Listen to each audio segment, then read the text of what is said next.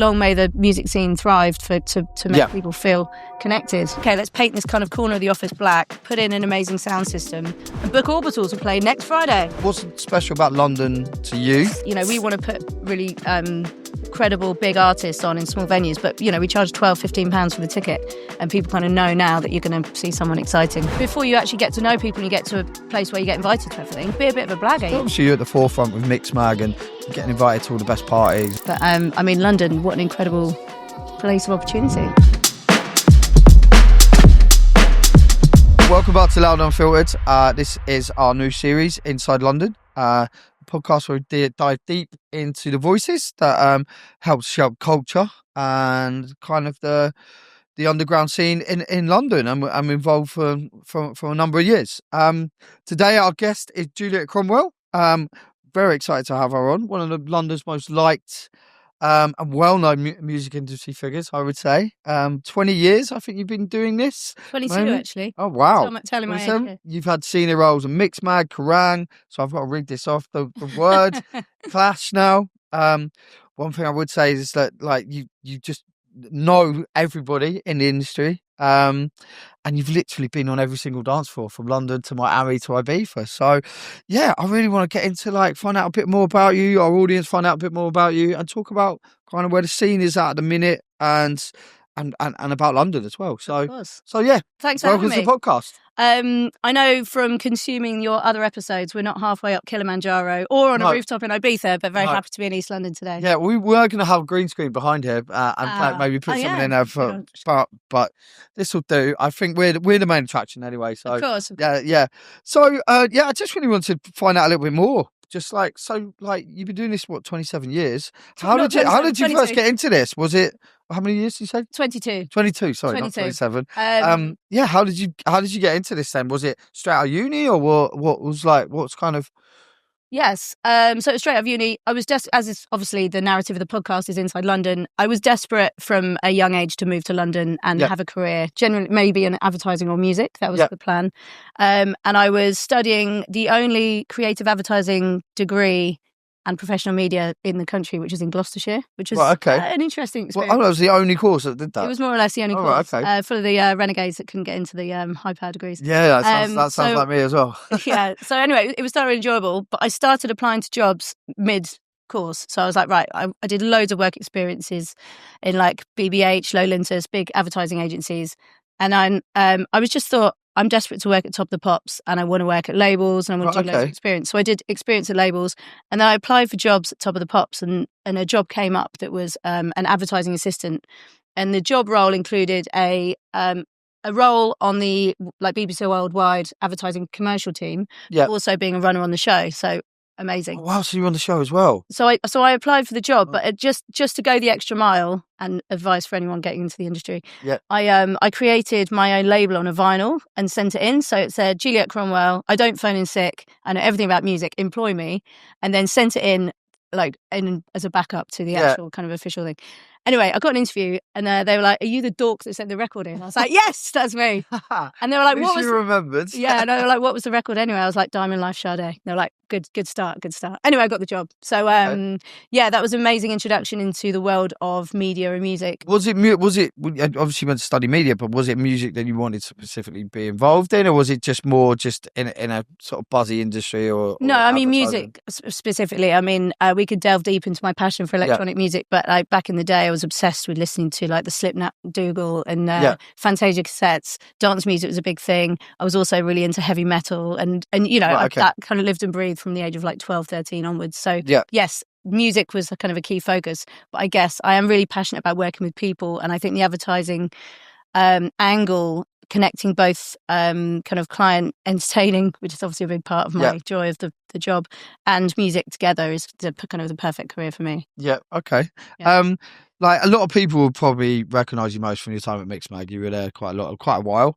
I mean, how did that kind of journey go from Top of the Pops and then Mixmag and then? Yeah, well, and how did that start? without boring about my whole CV, basically, Top of the Pops, the show closed. So I thought, yeah, of course, so at the time, Top of the Pops magazine, it was selling about 500,000 copies, which is insane, really. Now, if you think about media, I mean, wow, that's what the media world used to be like. Yeah, wow. And I will go into that for the Mixmag chat, but yeah, and I looked for new opportunities and dance. I was going to Turnmills and The End, and going clubbing a lot in London, and a job came up to be the advertising manager on Mixmag, so I went for it, and it was hilarious. It was like 2004, I think. And there was actually a Rolodex on the desk. So like literally like moving around with all the contacts from the club industry for me to just get involved with. So my boss, mentor, Jerry Perkins, gave me the opportunity, and I sat in an office with 3 or 4 people. He was like, go. So I was like, hi. On the phone, literally. So I just, my clients at the time, amazing group of people, but like Global Gathering, Gatecrash, all the kind of club dudes. And, selling them advertising space in the magazine. But then that time was just on the cusp of such big things for, big brands to be investing in the dance world, which I because electronic music was kind of on this rise, wasn't it? So like you had the big superstar DJs, and then it was just more and more brands started to get into sponsoring festivals, and it was it turned into a bit of a global explosion, I guess, around that time and kind of moving forward. So well, the magazine, hot time for you, it was an exciting time for me because I was kind of starting from scratch with the new company. So Mixmag had been from DMC to EMAP, and then bought by Jerry Perkins to kind of grow, to focus more on the music, because EMAP also had FHM and a lot of lab mags that were thriving massively.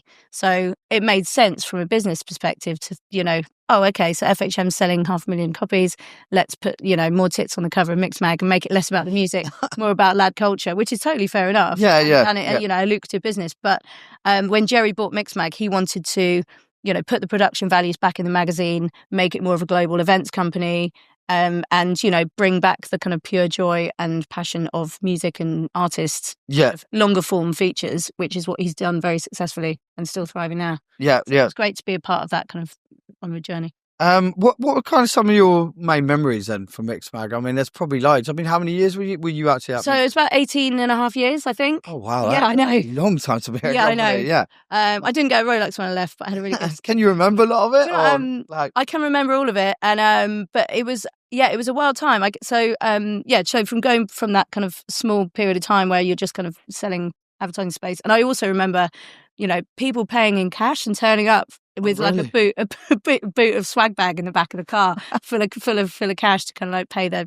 dues, which was quite funny. Well, that's that's what promoting. That's like promoters' world was like, wasn't it? Yeah. So from there, then becoming a really professional business head and partnering, brands like Volvo, Diageo to club culture, and it was also the time when, obviously, house music originated in America, but EDM and the whole rise of Las Vegas was all booting off. So basically me and my business compadre Nick Stevenson traveled the world for 15 years. Wow. But we were always, we were pranksters. We had a really good time, but there was always a backbone of like, let's do some serious business here. Let's get it done. Let's try and push it forward. So I mean, I felt very lucky to have the privilege of going to Privilege and spending time in Ibiza. But also, traveling around. I mean, so many stories from places like from Macau to Chile, etc. So as you literally went everywhere with it. Yeah, of course. And I think because there's the opportunity to make money for the company and meet big marketing heads from different territories around the world that have different briefs and objectives. It's really nice to be able to partner ideas and artists to suit that. I was going to say, what was one of your kind of memorable like projects that you worked on, or a brand that you worked on that's kind of partnered with Mixmag, or Mixmag partnering with a festival? Was there any like quite quirky or quite edgy or like fun that was like, this was ace to work on? Yeah, there's loads of quirky and edgy. I mean, an eye-opener for me was probably, we worked with the Encore Beach Club and Surrender in Las Vegas to put on a series of events. And it was a time where, everyone gets involved in dance music and dancing to let yourself go. But it was just a really kind of surprising eye-opener to be on the dance floor. So Calvin Harris and Mark, his manager, who I've known for years, we're all having a great time. I went off to the bars and go and have a little look around, see what was going on rather than hang around in the green room. And I started dancing, and about the bouncer came up with a torch. He's like, "Can you just dance inside the line?" And I was like, "What?" And there's like a tiny little, unless you buy a table, there's a tiny little pen the size of this carpet where you're allowed to just free dance. Otherwise, you have to pay for a table. Oh, wow. Like, it was just like an absolute eye-opener. I was like, "Wow, this is crazy." Wow, this is very, what era, when was that? It was probably about 2000, like 2008, maybe. Oh, right, okay. But that was just. Did you dance in your little pen? I mean, you being putting a little pen. I kind of went double time just to kind of show other people how it's done. But yeah, it was just interesting. But some of the places and some of the trips we went on were just crazy, really. I mean, a festival, Mystery Land in Chile. Yeah. And it went on for a whole week, and it was just in the wilds of these vineyards, about 2 hours out of Santiago. And but then you still got, Laid Back Luke and, the big stages. But the crowds, it was so interesting to see how the crowds interacted with the music and the kind of styles of music they were going for. And completely different to the UK, I guess. Just going out, experiencing culture, experiencing how, people, different engage with the music as well, What would you say your favourite places that you went? Favourite place? Yeah. I mean, my heart's always going to be Ibiza related. I knew you were going to say Ibiza. I just knew you were going to say that. And I'm sure we've spent plenty of time in Ibiza. Yes, we have spent many after parties and after parties. That's always good. But yeah, it's really exciting. And then to, bring my contacts and Mixmag knowledge, I guess back to London. Obviously, I never left London, but things that I'm trying to achieve in London now with this charity event series that I've kind of got off the ground recently, it's really exciting to be able to kind of blend the worlds and the contacts that I've used to bring to a good cause. Yeah, tell me a bit about that then. So you started putting on your own events and doing some things like that. Tell me about that. Yeah. So I've started. This is in London as well. Yeah, so in London. So after the top of Pops days, I moved to Walthamstow 10 years ago. Glorious Walthamstow, which I love dearly. And I met in the nursery queue a guy called Sam Potts, who's VP of AWOL, the label. Right, okay. Looks after Little Sims, etc. In the nursery queue? In the nursery queue, just chit-chat. So I realised in Walthamstow, it seems like a hotbed of music industry types, from artists, producers, label. There's so around this time, a few of us started a kind of email chain of people that work in the music industry to meet up the first Thursday of the month, which still happens. In Walthamstow? And there were 10 of us. There's now 300 fuckers in there. Oh, wow, really? So it's become quite a big thing. But around the time I was turning 40, I realised I haven't done that many good things in my life. So I must start doing something for charity.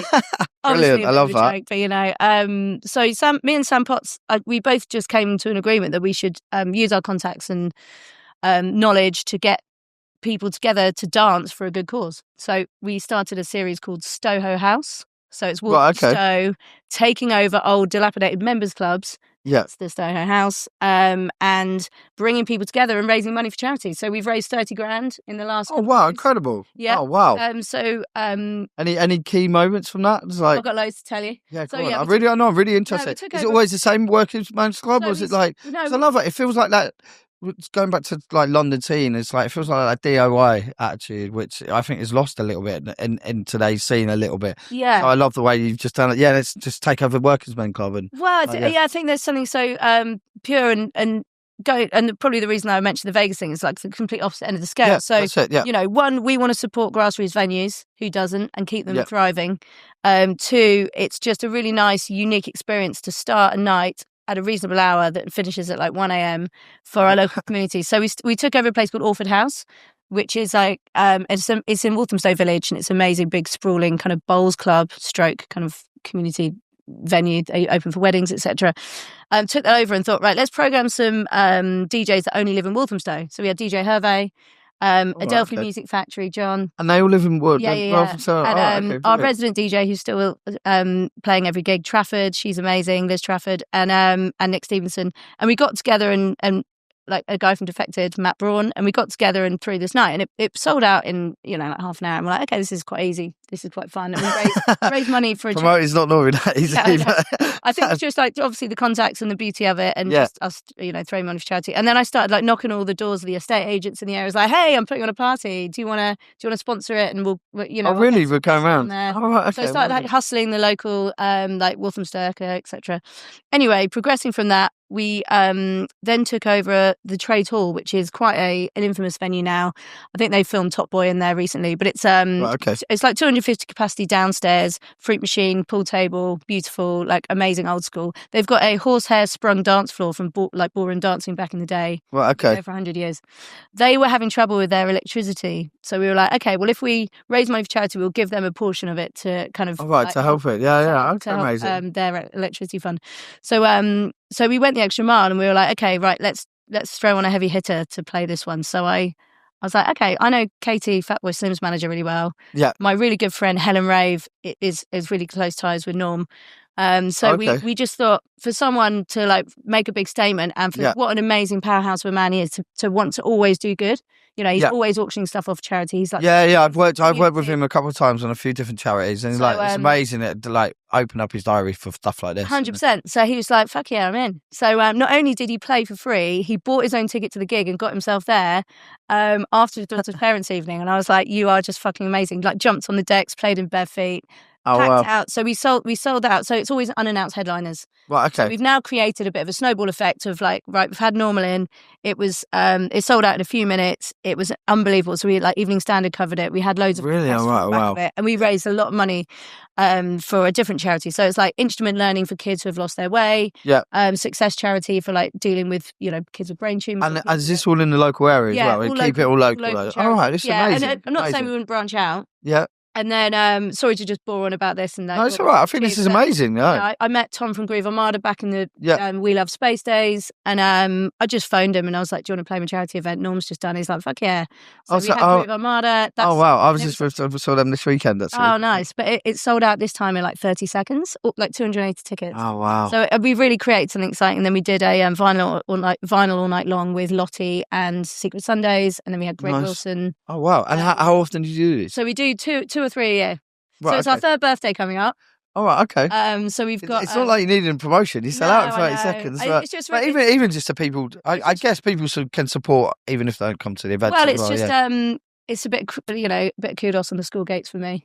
Right, okay. no, I do. But no, it's please come. It's in November. November the 13th. So and who have you got? Big one. Well, I can't say. All right, okay. Till the day. All right, that sounds amazing. I love that. Just like. Yeah, giving back to local community and using electronic music, which you know so well, to use it as a vehicle to help people. Right? Exactly. I think it's incredible. It's amazing. I kind of just want to go back to the Mixmag days a little bit, just because you're around when obviously the lab started in the early days, and I went to a few of them, and they're absolute. Yeah, I probably met you around. Yeah, they're absolute fucking chaos. Yeah. Having that on every Thursday or Friday, whatever, must in your office, like at the end of the work, like Thursday, what was that like, and like what were some of the mad ones that you did? It was just kind of a moment in a morning meeting, and our CEO was like, right, so DJ's always passing through London on a Thursday, Friday. Yeah. They used to go in and out the Mixmag office for various interviews. So it's like, how can we didn't even really think about monetizing it that much at the time, but it's like, how can we make this more of an occasion? Mixmag Lab was born. Callum Reese, obviously a Mixmag Lab, he was painting the office. So we had, it wasn't like the media companies of today. We had, like naff square carpets all kind of like shoehorned together. Very small office, like wobbly desks. But we were like, okay, let's paint this kind of corner of the office black, put in an amazing sound system, and Book Orbitals will play next Friday. Oh, right, okay. So like, okay, great. Okay, let's start with a bang. And the Mixmag Lab was born, and we just streamed DJs for 2 hours every week. But then it became obviously I was obviously on the advertising client side. It became really good schmooze for labels and agencies. Yeah, to invite people down and But it kind of, it got such a good rep, and it's such a nice time for people to just come and have a few drinks and, hang out. Yeah. But, our small office for like 80 people, we had queues out the door for like 200. Yeah, I remember turning up to, and it was like, there was queues all the way down the stairs, and like you couldn't even get in. Like it's like mad. And only because Mr. C's just recorded one. Yeah, we just had him on the phone. I remember a time when he was playing in the lab, and I think he'd just come back from a football game, and he had a busload of people, and he's like, "Oh, these are renegades coming to this." Yeah, he's a big Chelsea fan, I think. Yeah. And there was, it was proper, like, it was very raw. So, office water coolers, which are that big, all piled up in the corner, ready to be taken away. Obviously grabbed by loads of, like, revelers. They were just kind of, like, banging them together to the beat. I love how they call them revelers. Around, like, hanging off the ceiling. It was it was an exciting time. But I mean, we had Cole Cox in the office and we cut the stream and he carried on playing till midnight. So oh wow, okay. Did you ever get any just like 10, 15 people that were in there? Wow, did you ever get any complaints from like we around didn't really, or like because the lab started at 4 o'clock, so it's quite, you know, I mean, normal time. We'd cleared our cleared our path with all the other all the other offices, and it was, you know, soundproof to a certain extent, but there was a pub across the road, the Lexington, that was open till 3 a.m. So like that wasn't too bad. No, we didn't really get many complaints at all, surprisingly. And the lab still thrives on and is, you know, such a huge vehicle for, you know, brands to get involved with. But yeah, we started off just as we were, and then like, you know, Jägermeister, Corona, and then all the brands started coming, and it became such a big thing, but still keeps that raw, intimate. Yeah, that's what I love about it. It's just like, it's just 50 people there, 20 or 25, 50 people there. And it's just, big live streams, but the audience play a part in it. Everyone's like sort of around the DJ or in front of the DJ. Yeah. It's just a nice vibe. It's a good vibe. Like, I remember when it first started, I used to love going down, just hanging out with people. Really, really good fun. Like, I look back at a couple of I mean, I was going to say, what have you got any like favourites? Like Ollie Scream, Big Pal at the time. You know, we were hanging around going to like snowboarding festival. Yeah, and that's kind of so many lawless stories from snowboarding. Yeah, but yeah, he was playing and then kind of invited everyone back. And then, you know, by the end of it, I'm on his shoulders and everyone's leaping around. And it became a bit of a common gag that I'd be like leaping around the back and being picked up by everyone. And it was part of the excitement of it. Oh, I love that. I love that. Yeah, and it's kind of something. So I'm working at Clash magazine now. Yeah. So Clash, it's been going for 20 years, but now in the last 2 or 3 years, I've been there. We're really trying to grow more as a global brand, but we've started doing parties in our office, not similar to the lab, but, you know, like artist showcases. And I think people are crying out for more of a like intimate experience that kind of. Yeah, I mean, what we've seen this year is like, there's just all these pop-up parties, whether it's a bakery, a pizza thing, kind of using the lab. The lab was kind of the first thing that kind of launch that kind of like small intimate parties, and we call it the year of the pop-up at the minute, and I think brands really want to be involved in that. Go to a laundrette, get that. Yeah, that's it. Yeah, get a good sound. You want to be involved in that because it just creates this atmosphere. Obviously, creates loads of great content, and that kind of goes viral. And I can see why brands want to kind of get involved in that. Like, so yeah, I mean, I'm not going to say how does Clash compare to Mixmag because they're very different. But yeah, kind of what is your role at Clash now? Yeah, very different. Like, so what are you doing there? And so I'm the global commercial director, trying to come up with exciting formats and kind of obviously Clash has a really credible. The industry obviously respect Clash a lot for our editorial output and, you know, everything that we do. But only in the last few years have we really kind of grown to do more events. I've never worked anywhere like it because we're really lucky to have an authentic voice reporting on so many different genres. So dance music, obviously, a main focus and a passion point for me. But you know, we do long interviews with people like Brian Ferry and you know, Lana Del Rey, etc. So it's quite an it's like a crossover type thing. Yeah. So for and I think obviously more and more in these days, everyone consumes so many different types of music. It's not like everyone was obsessed with just drum and bass back in the day, etc. So it's a really nice opportunity for me to be able to speak to brands. You know, we've done so much this year with people like Chanel Beauty and, you know, Magnum Ice Cream, and I probably wouldn't have been able to have those. I just said Magnum Ice Cream, and you just never would have thought those type of brands would. No, we put on a big party at Fox Park with a dipping station, so you can. Oh really? Oh wow! It's a vibe. I'll invite you next time. That's mad that you'll reach out to these type of brands and get them to like invest into music and things like that. Did you ever think that would happen, or was it? Do you think it would always just be like big alcohol brands, not ice creams, for example? Yeah, no. Have you seen that change over the years? It's changed over the years massively, and you know, I guess more and more people realise there's so many different pillars of culture, but you know, obviously music is key. You know, even I mean, I've seen brands like Purcell advertising into music and doing something. They did a pop up at a laundrette. It just makes sense. But but yeah, with Clash, it's I feel like the net's widen in terms of, you know, some of the FMCG brands you can get involved, and also some of the artists that you can celebrate doing different events, and even the, you know, huge global stars want to do something on a smaller scale. That's it. That's what I said. That's what we're finding. I think they're not bored. They're playing their big festivals and stuff like that, but they just want to connect with their audience a little bit more. I think it also gives back to their fans a little bit, where it's like a unique gig that they can come to and stuff like that. Yeah, the brand can get a piece of that as well. It kind of works on all levels, like. But yeah, no, I mean, it's amazing what you've done over the years at Mixmag and some of the brand partnerships I've seen as well. But yeah, I mean, I wanted to talk about London. Obviously, you moved here to be involved in the music scene. Like, you've lived here over 20 years. What is London's? Why is it? What's special about London to you? And yeah, what is special to London about you? And what drew you here? Okay, it drew me here the I don't know, the vast kind of musical diversity there is. I mean, I so when I was banging about Top of the Pops, I was living in Ladbroke Grove. Obviously, Carnival was a big part of my life. Norman Jay and like Sandra Plans and all, that kind of style of music and the culture around it. And then I guess each pocket of London has its own different scenes, and I feel like I would be slightly I'd find other cities that are smaller slightly I don't know, just you need to be able to have the opportunity. Yeah, that's it. I mean, you can go from East London to exactly. You say to Notting Hill to Brixton's got their own thing going on. North London, even Central or West, or Central you call West London there's a completely different scene to East London. Yeah, it's everywhere for music, really. And I think in like 95, 96, I got the Ministry of Sound annual, and it was like CJ McIntosh and I think it was Danny Rampling, but there was a song like Fire Island, if I Will Be Your Friend, and I was like, I've got to go to Ministry of Sound. So I went there when I was, I don't know, 16. Sorry, and it just opened my eyes. I was like, I've got to come to London, because I just felt like that was just such a hub. And then like Cross Key Canvas and like going out in London. Yeah, they would. I guess music kind of brought me here.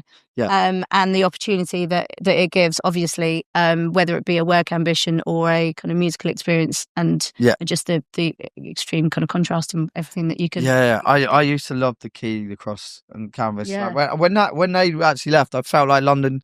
I don't know, London club scene not died a little bit. I think it massively changed, and I think it's recovered a little bit. I think, but I mean, like, they were my favourite places to go. What were your favourite places to go during that time or over the years? I guess over the years, I mean, I spent quite a lot of time with Plastic People for a bit. Yep. Shoreditch, yeah. And I guess, I think kind of just going like Turnmills and like Dur at the end, I used to go to quite a lot, and just various different kind of frequent parties where you bump into the same people, and that kind of gave me like, London's a big place, but you kind of bond together with people through. Yeah, it was like community, wasn't it? Yeah. And I think in my role specifically, and talking to anyone that wants to get into the music industry, if there's anyone out there wanting to listen to this, about it's all about networking, everything, as you know. Yeah, that's so I feel like going to all these parties, and London can seem like quite a big place, but that brings people together, and you get to meet the people that you're going to do business with at some point, or someone that's going to that's it, isn't it? Yeah, some kind of like work opportunity. So you just got to be out there and really embrace that. You weren't going out to have fun, but it was kind of back of your head. You're doing it. Right, I want to network as well. I don't know who I'm going to meet. Yeah, exactly. You meet someone there, and then you probably ring them on the Tuesday. Or, I wouldn't say on the Monday, maybe the Tuesday after the weekends. So it's just important to be out there, but it's not that it's a forced thing. I genuinely love going out and experiencing. Yeah, and chatting to people. Obviously, you're a mum now. You probably don't go out as much as you used to. Not as much. No, I do pave the way and make time for. Right. Okay, that's good. Well, you're off to Ibiza this weekend as well. So yeah, definitely. How have you seen London, like, clubbing, I suppose, changed? Like, because obviously you're at the forefront with Mixmag, and you're getting invited to all the best parties, you're seeing all the artists, they're coming to your offices and stuff like that. So you'll see how it's developed. How do you think it's changed, and where do you think we're at now with it?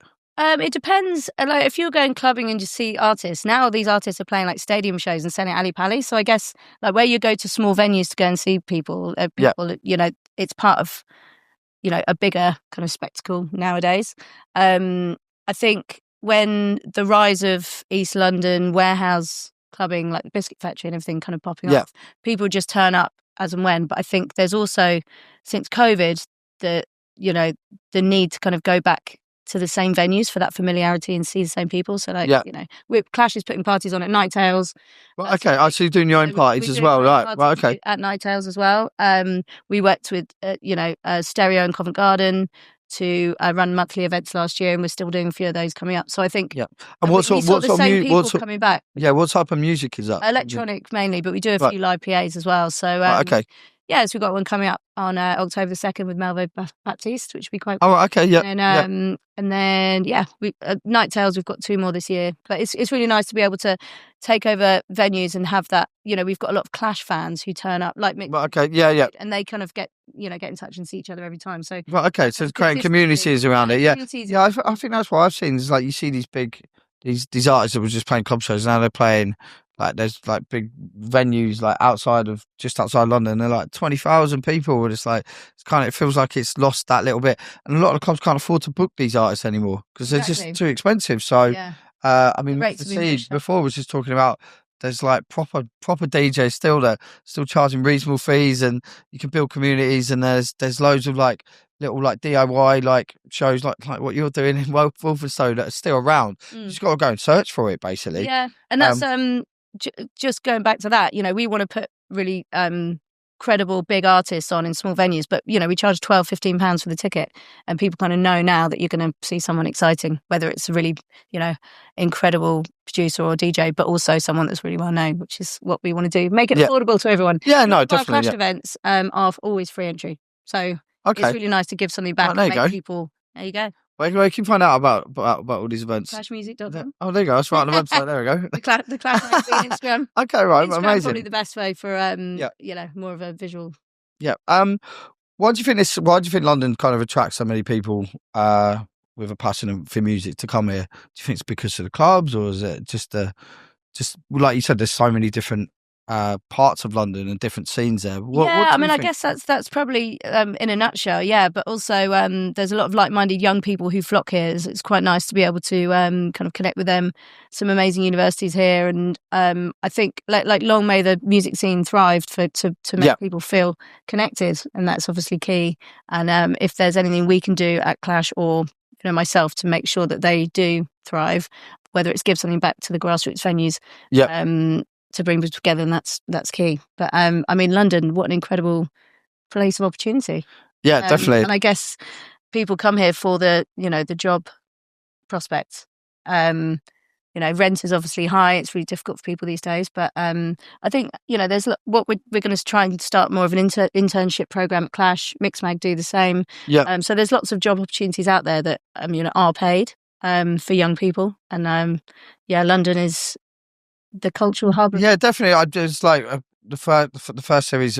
We've talked about a lot of music industry professionals, how to get into the industry and stuff like that. You mentioned about networking is like one of the key things. What kind of advice would you give to people that wanted to get into music? It's difficult today because there's so many different roles within the scene. Yeah, I guess stuff like that. Finding out roles, finding out what you want to do, finding out the people that kind of make those decisions. But I mean, similar to the story of like sending in a record. I mean, it's a stupid thing, but try and go the extra mile. Like these days, everyone's like, what you mean, like you did when you did design that the little record. I think that's amazing. If someone sent me that, I'm straight away. I'm impressed. It's cocky. Go to the bottom of the pile, top of the pile. I mean, top of the pile. I mean, it's. I mean, it's cocky and funny, but it's kind of, I guess, everyone lives behind the faceless LinkedIn these days, and there's like that's it. Yeah, everything's applied through specific, but find out, send something. You don't want to like barge someone's door down face to face, but what can you do to make yourself stand out is key. Yeah, definitely, and be memorable. Try and stand out, definitely. But I mean, going back to networking, I think networking, especially as a PR, that's like one of the most important things. I've known you for many a year, and that's how you built your business, and it's commendable indeed. Yeah. I think I mean that's how I pretty much know it. I know anyone in the industry. You were talking about how you were traveling all around the world. That's what I used to do. Yeah, just get on a plane, go to a party the other side of the world and go meet people and network and things like that. And people just think, oh no, I can just do that on online and social media and stuff like that. Yeah. You need to go to places like AD or IMS or of course. And you need those to places also, as well. Before you actually get to know people and you get to a place where you get invited to everything, be a bit of a blagger, like blagged into P. Diddy's house and like. I was going to ask you these. Yeah. What's been some of your best blags over the industry? Story about going to P. Diddy's house was well, it was just... Didn't find a baby or whatever. No, it wasn't involving Diddy. It wasn't involving Mixmag, really. But I was at the house, and then this couple like dragged a table and chairs, like a heavy metallic table and chairs, into the shallow in the swimming pool and sat in there having a cocktail. I was like, that's quite a good idea. Bowled over there, chit chat. Woke up the next morning, and I booked a flight to the Cayman Islands. And I was like, reminder, BA. I was like, oh my God. I was like, who are they? And so I'd been to P. Diddy's house, had an amazing night, but then realised that I'd booked a trip to go and stay with these people. Oh, right. You got on that well, did you? Yeah, Oh, wow. I mean, yeah, clearly. Anyway, so luckily I had, Simon came in my phone and I went there, but I was just like, that was off the back of blagging my way into a party, and then just all these different things happened. What did you go the day after, or was it like? It was a week after. Oh, right, managed to make it happen and went for 5 days at the time. But it was just a time of just just putting yourself out there and having definitely. And as long as it's in a professional manner, of course. Yeah. But I met so many people from going to like Miami Music Conference and What's some of your favourite places to go out at the moment then? Like you're heavily involved in Walthamstow, you're putting them on all the time. Yeah. Is Walthamstow a good place to go out anyway, or what's your favourite place to go out? I wouldn't say clubbing or just favourite place to go out in London. I really want to push London a little bit more, and like people just think it's like expensive to go out, but there's still scenes around and what's going on, definitely. So I mean, near me, stone's throw away, which is always handy. Drum Sheds opened in the old IKEA building, and I went to the launch of that. It was like a disco special, which is like my ultimate passion. So it's like Evelyn Champagne King and loads of amazing artists playing. So that's kind of a stone's throw away. So I've been to a few of those. If you want to it's quite an ordeal, obviously. Be with how many 30,000 people, but I quite like to go into like a few kind of random. Like there's Balearic London is a good night to go out, and they do little boat parties on the canal, kind of not far from Walthamstow. So like smaller, slightly intimate. Oh, right, okay. Kind of Balearic disco nights. Yeah, have you got any competition in Walthamstow? What for parties that we do? Nothing as yet, but bring it on, guys. Yeah. No, it's good. I mean, in Walthamstow, there's some like small bars and nothing's open too late. It's like 1 a.m. finish. Right, okay. That's fine for a mum like me. And do you I go to those tryout nights actually. Tryouts. Have you heard What's that? that? Logan Fisher runs a night called Tryout. No, I don't know that. No. It's kind of it's quite a small, intimate. Because I travel so much, I'd never actually go out that much in London, but I've started going out a lot more recently, and I've just seen how it's changed and stuff like that. So I'm just trying to get people's opinions on it and where it's good to go and where it's good to go out. Yeah, I feel like now I'm a little bit older. Like some of the nights are kind of not for older people, but it's like Northern Soul Rave Patrol crew and like that. It's like less appealing to like the 21-year-olds. Yeah. And I'm in that phase, but then by all means, like I love going to festivals and getting kind of stuck in. Yeah, stuck in. I love that. I remember going to like Creamfields way back, and I've loving a bit of the trance tent at the time. Yeah. And Nick Stevenson duct taped me onto the post of the trance tent whilst we were there. And I was like, no, what are you doing? And I can imagine you two had a lot of fun. There was so many pranks. In fact, on that time there was a DJ that was very rude to the Mixmag team at the time. And to a couple of people that we saw kind of in the backstage area. So we all staying in the same hotel. So me and Nick and a couple of other people working in the industry, we made a point of finding out the room number for said person, who, due to the name of the person, would have appreciated a cheese board on the hour every hour throughout the whole night. If you can figure out who that is, it's quite a well-known global DJ. But we were in the corridor filming the whole thing. And I just worked out. Yeah. It's just like, I don't want cheese, and then like every 20 minutes, it's getting more and more irate. Anyway, I digress. All the pranks and all the good times happened. Yeah. And I do still love, London and London festivals. There's so much going on around London, festival-wise, as well as, day parties and stuff. But, just kind of last thing is like, obviously working at Clash in there, do you see that can continue? You're going to keep pushing that brand? Like, what does kind of your work life look like for the next 3 to 5 years, and how you're going to push Clash forward and things like that? Yeah, got a lot of high hopes for Clash. We need to, we're developing a few more kind of video formats. Need to bring back our podcast. We're trying to obviously be more relevant in youth culture generally across all different genres. And, we've got a pool of creatives in the States and we do some stuff over there, but need to grow. That's our ambition, to grow a lot more globally. We work a lot with South by Southwest in Texas and Coachella, etc. But are you still getting to travel to all these places as well? Yeah, I can do. I pick and choose now. So, right. Okay, great. Going to Dubai, probably see you in Dubai sometimes for IMS. But there's a lot more that we are doing. We've just expanded the team by a few more people, and I've got high hopes for the next few years. All right, okay. But very exciting to. I think since I've started, I guess my electronic music passion has helped move along our kind of event strategy. But, right, okay, and you've brought that in, we're going to build that up. Okay, amazing. All right, well, yeah, it's been amazing having you on the podcast. Thanks so much. I love hearing all your stories and trying to work out who these DJs were and stuff like that. But yeah, really appreciate you coming on. Thank you for having me. Yeah, all good. Thanks. That was Loud Unfiltered. Subscribe, share it with your mates, do whatever you can, spread the word. See you next time.